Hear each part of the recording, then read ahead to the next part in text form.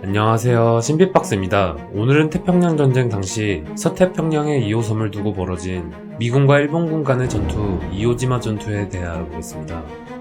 태평양 전쟁이 한창 진행 중이던 1944년 미군이 콰젤라인 전투와 애니웨톡 전투를 승리로 가져가며 길버트 제도와 마샬 제도를 순차적으로 점령하자 일본 본토가 직접적인 위협에 직면하게 됐습니다.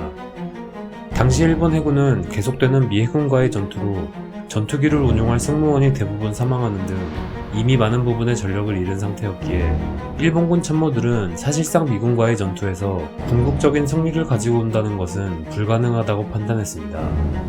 일본은 시간을 확보하고 본토에서의 전투를 준비하기 위해 본토 방어의 전략적 요충지인 2호섬을 초유의 고루로 지정하고 기존의 전략을 전폭 수정하여 2호섬 방어에 나섰습니다.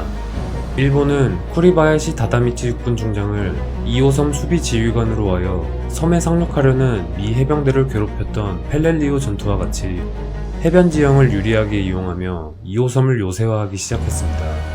상륙 병력을 해변에서 정면으로 마주하고 겉으로 드러나는 방어선보다는 높은 위치에 중기관 총과 중화기를 배치해 방어선을 구축하고 땅굴을 뚫어 몇 달간 버틸 수 있는 식량과 물, 탄약을 비축했습니다.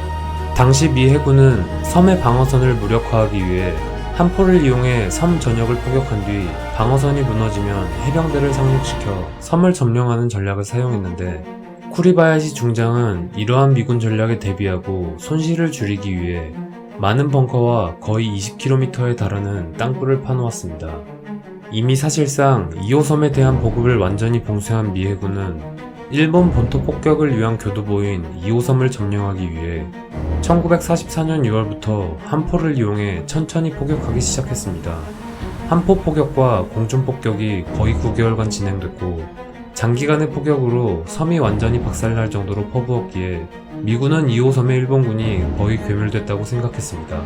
그리고 해병대의 본격적인 2호섬 상륙에 앞서 2호섬에 대한 대규모 포격을 열흘간 추가로 해줄 것을 요청했지만 사흘간의 포격만이 실시됐고 장기간의 포격에도 일본군은 대부분 땅굴 속에 숨어 있었기에 그다지 피해가 크지 않았습니다.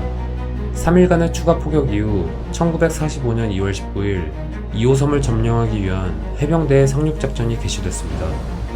일본군은 상륙하는 미 해병대에 곧바로 응전하지 않았고 지휘관의 명령에 따라 미군이 가장 취약한 때를 기다렸습니다. 미군이 화산재로 이루어진 해변에 상륙해 방어가 취약해지고 기동성이 떨어지자 이때만을 기다린 일본군은 미군을 공격하기 시작했습니다. 사실상 처음부터 미군과 2호섬의 일본군의 전력은 상대가 되지 못했지만 일본군은 미군에 대한 승리가 목적이 아니었고 일본군의 특기인 반자이 돌격마저 금지시키며 미군의 본토 공격의 발판이 될 2호섬 점령을 하루라도 늦추기 위한 철저한 지원전을 펼친 결과 상륙 첫날에만 미군 2,500여 명이 죽거나 다치는 참사가 발생했습니다. 미군은 일본군의 처절한 저항 앞에 많은 희생을 치렀지만 시간이 지나며 2호섬을 조금씩 점령해 나갔고 1945년 3월 26일 5주간의 공방전 끝에 2호섬을 점령하며 2호섬의 가장 높은 스라바치산 정상에 성조기를 개항할 수 있었습니다. 결과적으로 일본군 2만 1000여 명 중 200여 명을 제외하고 모두 전사했으며 미군 또한 7천여 명이 전사하고 2만여 명이 부상을 당하는 피해를 입었으며 미 해병대의 전투 중 일본군보다 사상자가 많았던 유일한 전투로 역사에 남게 됐습니다. 그리고 성조기를 개항하는 장면 또한 전 세계에서 못 본 사람이 없을 정도로 유명한 장면으로 남게 됐습니다.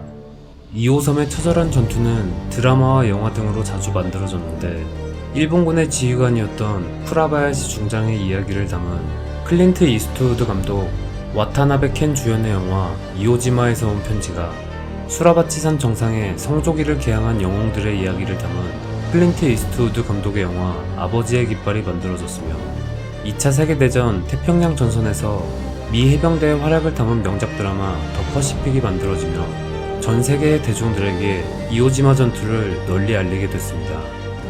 일본 제국의 애화욕으로부터 세계를 해방시키고자 기꺼이 자신 한 몸을 희생한 미군들의 명복을 빌며 오늘 영상은 여기서 마치겠습니다. 감사합니다.